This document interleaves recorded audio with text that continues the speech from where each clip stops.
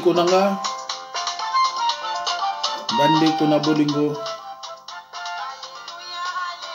bana na Nzambe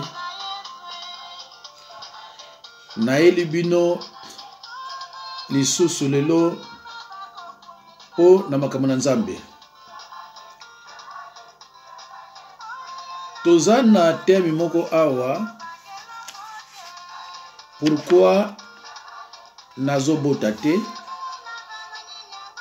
ou pourquoi nabotaka te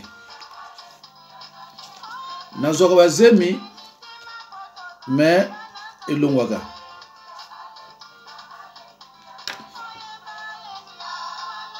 bandeko na ngai bona na bokebu nyonso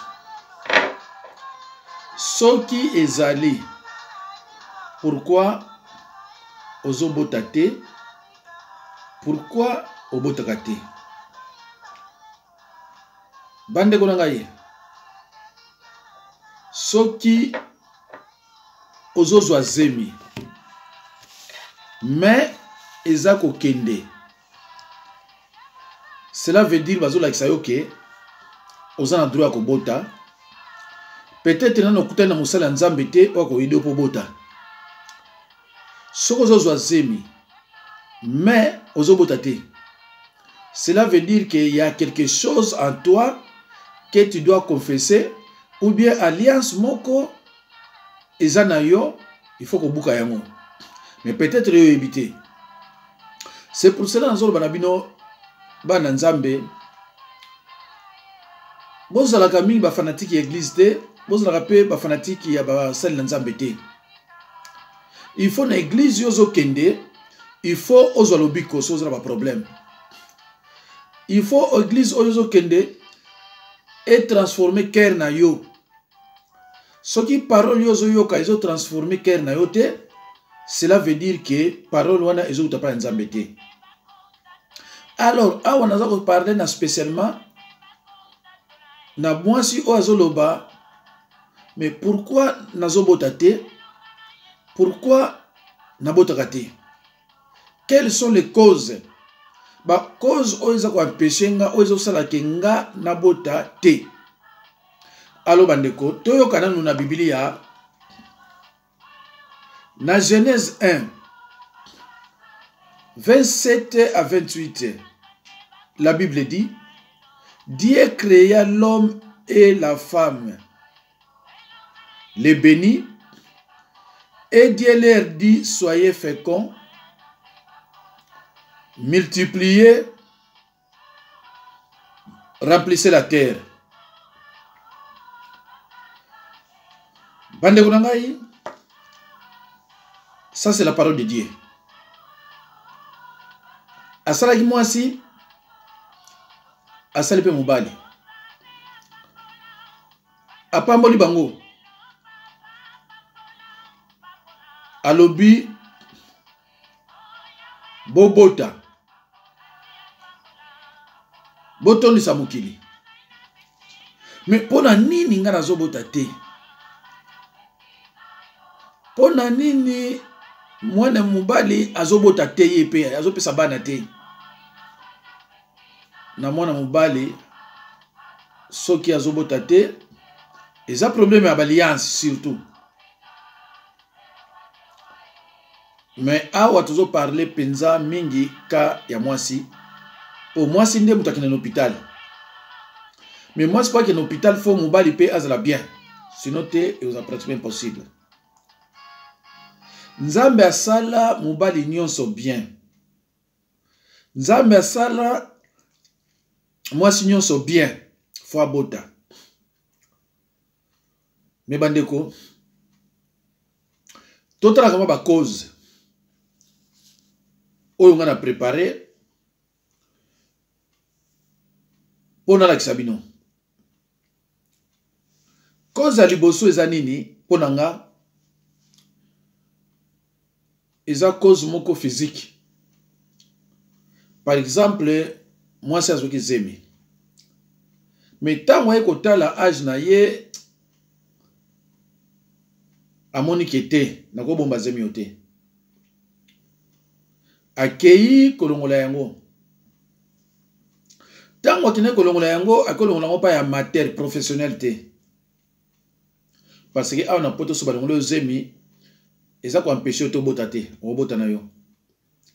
Alors ba speculum ba pareil on ba longola ba si zemi asalaki ba erreur ou bien ba faute grave, ayebi na été asakana nzoto amutu et cause que moi si wana tili wana ipe bota susté. Et avortement moko mal fait. Avortement moko basali mabe et créer nde biloko wana. Wana est la première cause. Mais deuxième cause, parce que nzamba pambola ki bana na ye babota ba multiplier pe batondisa mokili. Mais comment ça se fait que eloko wana yo ko ila mama pezo botate. Et que kozala pe punition de Dieu pour na otika na mokili yo ba mauvaise descendance te. Nzambe pe akosala yango. Tomonaki yango na 2 Samuel 6 23. O balingi va vérifier, bako vérifier. Biblia kuna ezoloba Mikal, femme de David, fille de Saoul. Boyebi que Saoul avec la désobéissance, avec une infidélité, avec une infidélité que nous tala batu oyo baza ko servir diable. Alors tout le monde que Mikal azalaki victime ya likambo tolobi ke Nzambe aboyi atika ba mauvaise descendance o bakoza na ba comportement o izo la gloire na Nzambe te. Alors Mikal, moi c'est à David selon le cœur de Dieu, ti akufaki atikela komona ko bota atamona moko te. Na pesi verset oyo ya 2 Samuel 6 23 parce que mon seul Nzambe a marché toujours dans ba verset biblique ne lo mususte. Alors bandeko na ngai. Troisième point ekozala nini na oyo ngana préparé awa ekoki kozala Nzambe pe akokanga mwasi no mabota po o servir ye. Bakangi mabota amoni ke yoza makasi na parole.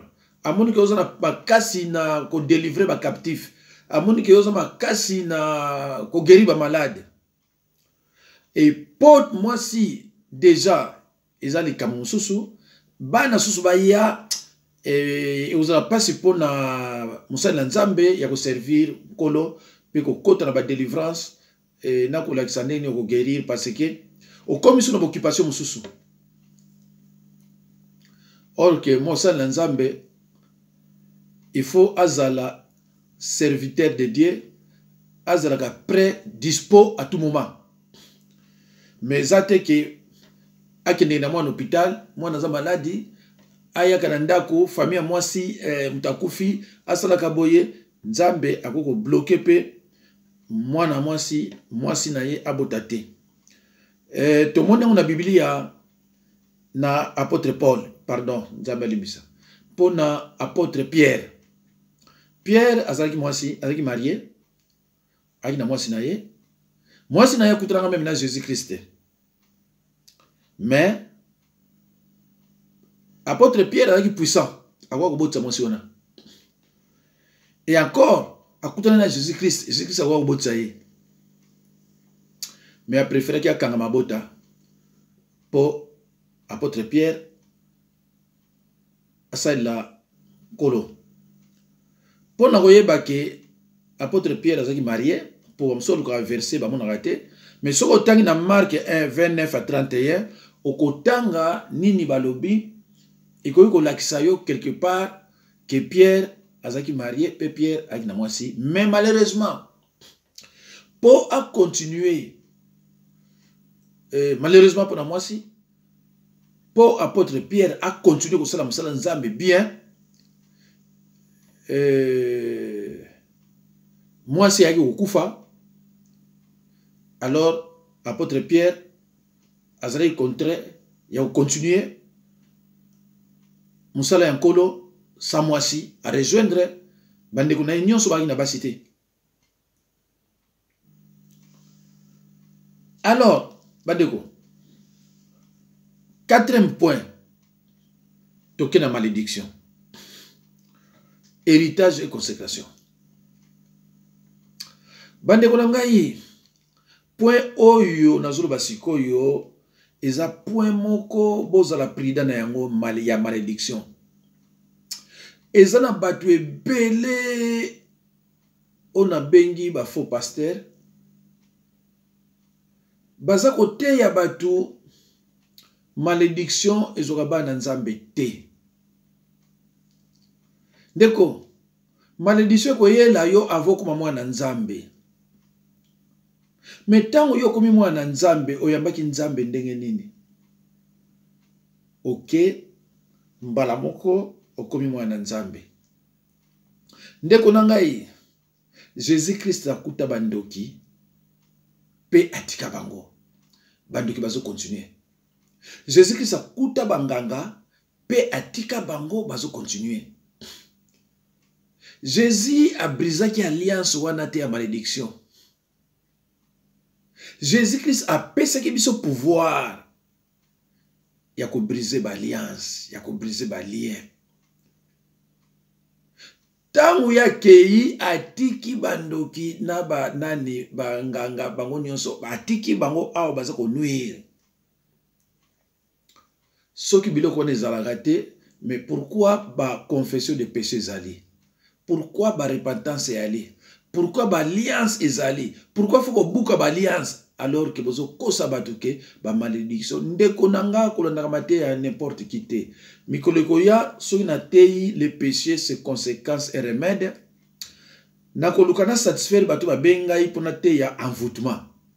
Soki na te ya envoûtement na ko profiter na te ya paix les malédictions pour vous comprendre ba makambo wana. Batu na musana moko loba mate ya moko ya koluka ndenge nini na ko sepelisa basi. Ndenge nini na ko sepelisa batu po azwaka bambongo na ye sino te batu ba okima.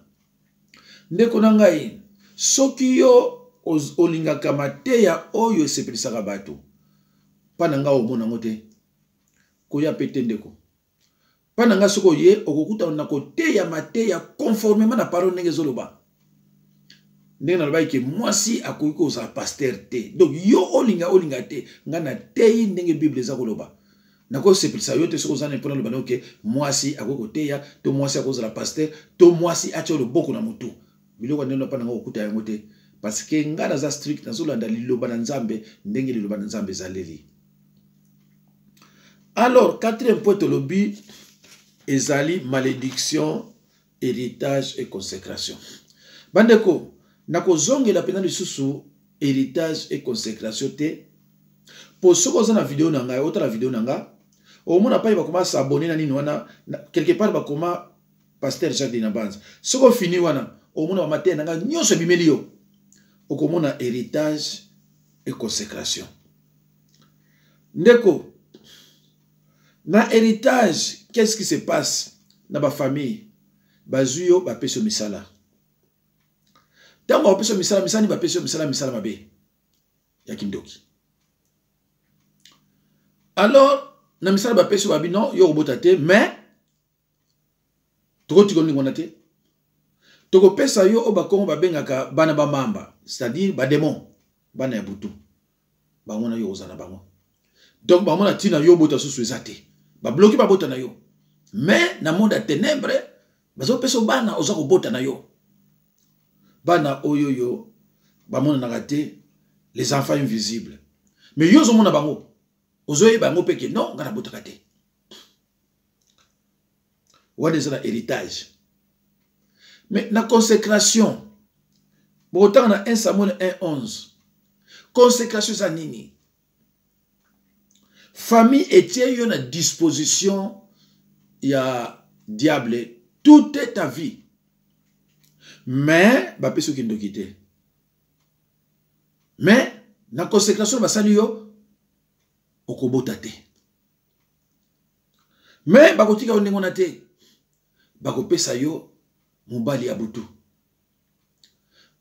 Mobali ya moi alukaka mwasi po abota bana. Mobali ya butu pe alukaka mwasi po abota ne bana. Bomona kabasi mususu na moi azo kolata talon d'âme te. Parce que ba touru asaka na maternité nocturne. Ya monde ténèbres eleki ebele. Parce que mari de nuit ta mobala yo abot so 3 bana te. Mari de nuit abot sera 15, 25, 30, 35 bana. Omona mwasi na moi makolo koma oswa. Soit dit talon d'âme ta mso koya. Mwana ta talon d'âme ezate. Ndeko eza ba cause oyo ezali ke mwasi azobota te. Alors, mari et femme de nuit ou mari de nuit. Beaucoup de temps, on a 1 Corinthiens 10, 20 à 21. Il fallait ngai mo na tangi rabino pas expliquer rabino. Mais appareil ngana sali la ka barisement ngam kama nzambe. Et ça la inerté ça la 33 minutes.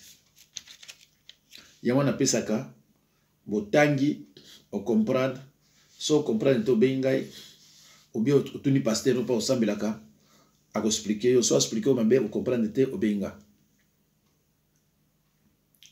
Deko, ce qui mutuana, moi, sur la ndoki, et que na monde à ténèbres, mobile na général, ou bien mobile na ya kandal, mais non na monde no kobotate.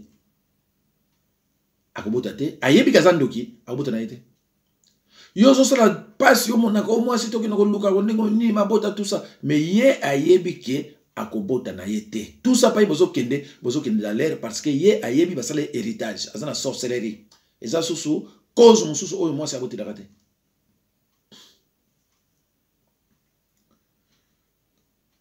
ndeko Biblia ezolo ba biso na Job 5:6 le malheur ne sort pas de la poussière. Tout malheur a une cause spirituelle, car ce qui est visible vient de l'invisible. Et là, comment est là que non, nous sommes tous komona ils ont la place et outil. Bande kuna nga obozola ndangai. Baiba musala nzambe na liloba. Basala nzambe oba yaka na bino na YouTube, bayina bino ba mouvement makasi. Boyete kusala ce sont des faux. Ya mona bayina bino na babangali ebele. Et yo pe siko yo yebele ko to va na se mono cha yo za musala nzambe ndeko zo commettre péché moko osaka na ngote.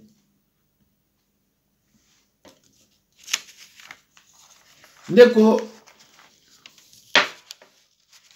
toke siko yo na eloko babengi kodia.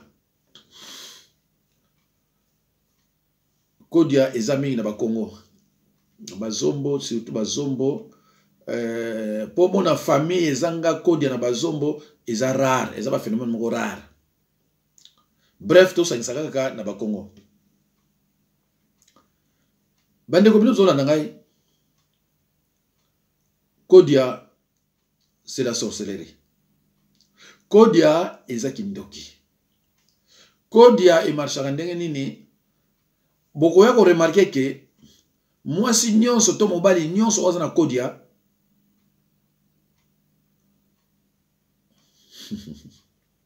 asala moi commerce.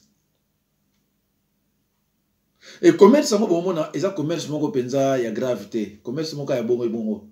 Mais ezo ko produire ba bongo ebele. Tango okenda teke loko na 500. Tango ya fonça gold na ye, les muso ezo pesa 5000. Tant on la gote à mon eza 5000. Alors ce qui a bani ko utiliser ngo aza susu inconscienté, aza conscient nango. Parce que cela qui est biloko teki 500, ou ya autant nani 5000, mais il faut se demander. Et si les pété, lobby kuna, et vous allez sur 1500, côté 10500. Boyo mona moi si abotakati. Mais akinde kin pamba pamba. Atonga banda kwa sababu afena minene. Bana nyonso ekenda na kodia. Donc aza esclave ya bakolo kodia.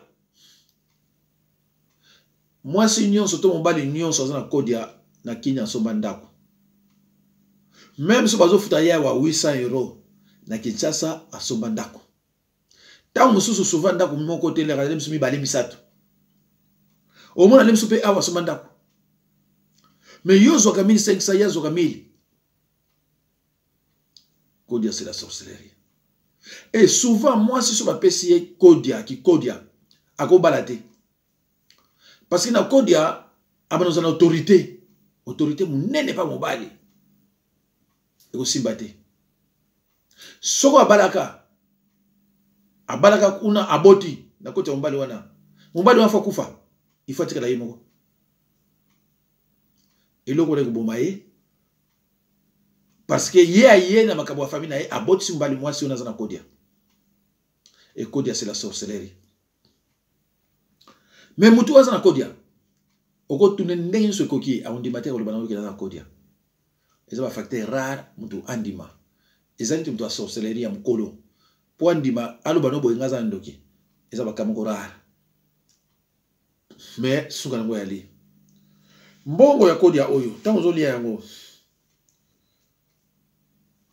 Ndeko za esclave. Aux esclaves ya bato ba pesi yo. Mais on va renoncer.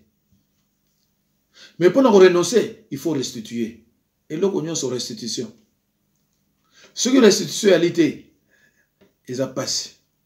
Il y a un moment dans la famille à Kodia, au moins, les gens qui ont beaucoup de makolo. Mususu au moins zoba zoba. Mususu au moins mwana mwana autiste. Mususu au moins ba hypothéca santé ya mwana. Mwana ça amona ngaba passe na vinayi. Mais les autres apôtres sont là-bas, makama kodiate, et ça ba cause oyo yo mona basi muso abotakate. Azo sa l'assemblée à la bagène. Azo sa l'assemblée à kokene l'église, kolukaka ba délivrance. Mais ayebike elo kozate. Bandeko to komi na po suka. Po suka lo kinini occultisme. Bande kunangai tokotanga na mukanda ya Lévitique 19:31. Na Lévitique 19:31 le bini. J'ai lu au nom de Jésus-Christ. Ne vous tournez point vers ceux qui invoquent les esprits, ni vers les devins, ne les recherchez point de peur de vous souiller avec eux. Je suis l'Éternel, votre Dieu. Bandeko, Balobi, occultisme, Lévitique 19:31. Ne vous tournez point vers ceux qui invoquent les esprits ni les devins. Ne les recherchez point de peur de vous souiller avec eux. Je suis l'Éternel, votre Dieu. Quand on parle ba occultisme, otozumuna banganga bandoki ba kabo bele na katiwana. Yo kendaki pa ya nganga pona ozwa kisi mbongo ou bien loko moko boye tout ça. Mais nganga aza serviteur à Satana. Nganga aza sataniste. Nganga aza na sorcellerie. Yo kenila eloko mususu e bokomi kuna makamazolo ba yozo yokate ozolo bakaka amen ou bien oui ozako accepter nzoka nde a bloquer ni na yo. A bloquer bana na yo mukongo na yo okotikana ko bota jamais. Ezra mobali ezra mwasi. Bible elobi ya biso bande kunangai Dans l'évangile de Jean 14:6, Jésus-Christ parle. Je suis le chemin, la vérité et la vie. Le chemin de la victoire. Il y a aucun chemin de la perdition. Nzela ya kufa par Satan. Bible les a pekisa yo yango. Ne vous tournez point vers ceux qui invoquent les esprits. Bible les a clair. Je suis l'Éternel votre Dieu. Ndeko nangai soki okenda pa nganga osala alliance yebaka yango, même si okotaka na ndako na ye asali makambo te, mais lokolo kotaki okoti na périmètre na ye yeba yango ke demo moko atambolaka na yo wala ndako partout pona yo butokina koluka bango. Okotanga na Psaume 56:7 bako expliquer ok esprit landaka yo pona un jour eboma yo. D'accord, Jésus-Christ a toujours dit, ceux qui sont mes frères, n'est-ce pas, ce sont ceux qui écoutent la parole de Dieu et qui la mettent en pratique. Bikota kotande konangai okoya kolela un jour. Olingi bikota kota mingi. Olingi lilobate. Ndeko nangai bato beli bazo ya pananga ba yebi na bango to lilobate a comme na plus de 50 ans, 60 ans. Loba na yezwa Bible Luka Matthieu ayebi pa ya kolukila Matthieu te. Baza na ndako na problème mwasi na mobali bakende ko sambela te, mais bazo koluka ba pasteur ya makasi boko souffrir. Ndeko nanga eloko ko aider yo eza parole la prière. Boza l'esprit mabe na kata ndako, boza na makambo zo simba te, il faut boza na makasi na parole na prière.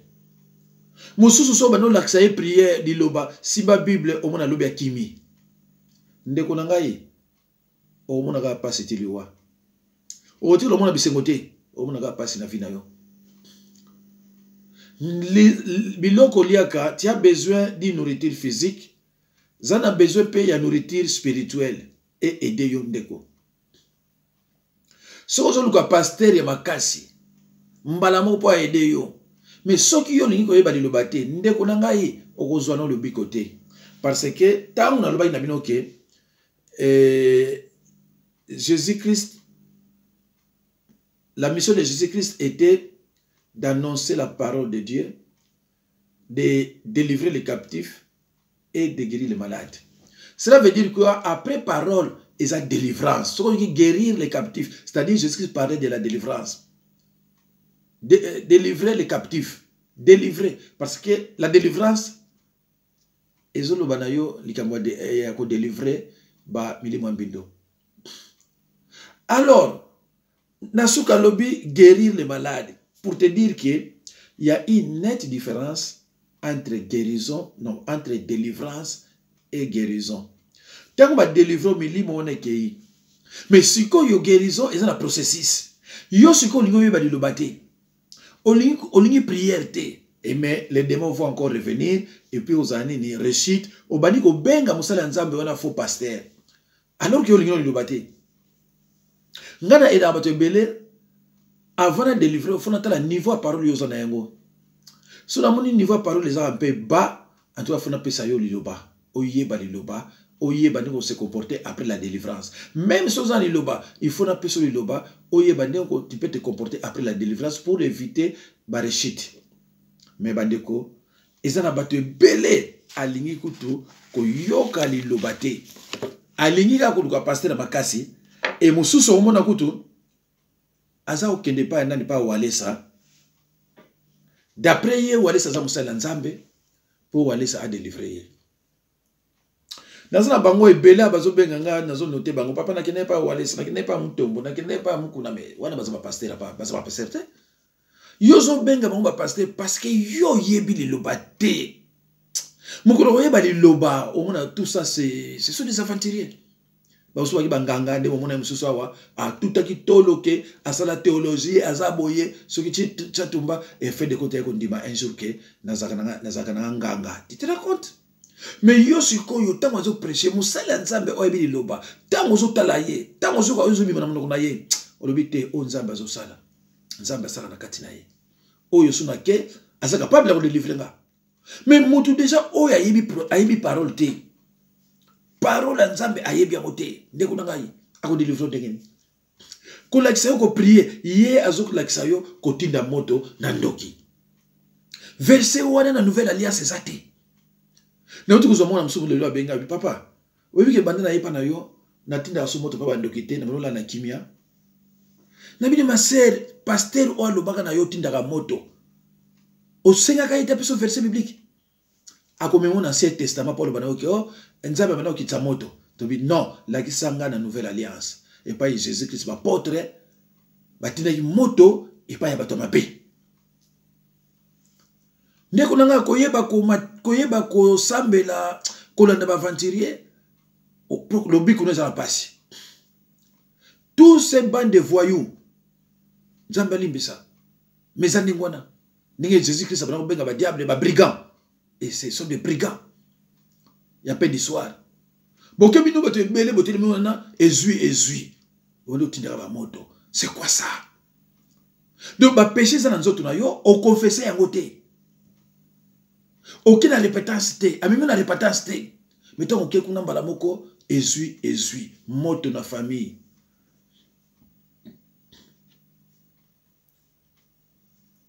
Bande kunanga. Bible lobby certaines souffrances peuvent affermir. Certaines souffrances peuvent affermir. Si vous avez bien noté, obali otinda moto. Bible lobby certaines souffrances pousse l'homme à chercher Dieu. Il y a bien noté. Alors nous t'as ma famille. Ce qui peut bouzoba, allez, au bani ko suzwa, ba malédiction botinde lingai na zone semble ma malédiction. Tala moi na nzambe ndeko za ko beba yo moko. Prière moko za selon la volonté nzambe te. Moi na nzambe akopelaka na malédiction te. Parce que na kati ya malédiction ba démon baza na kati.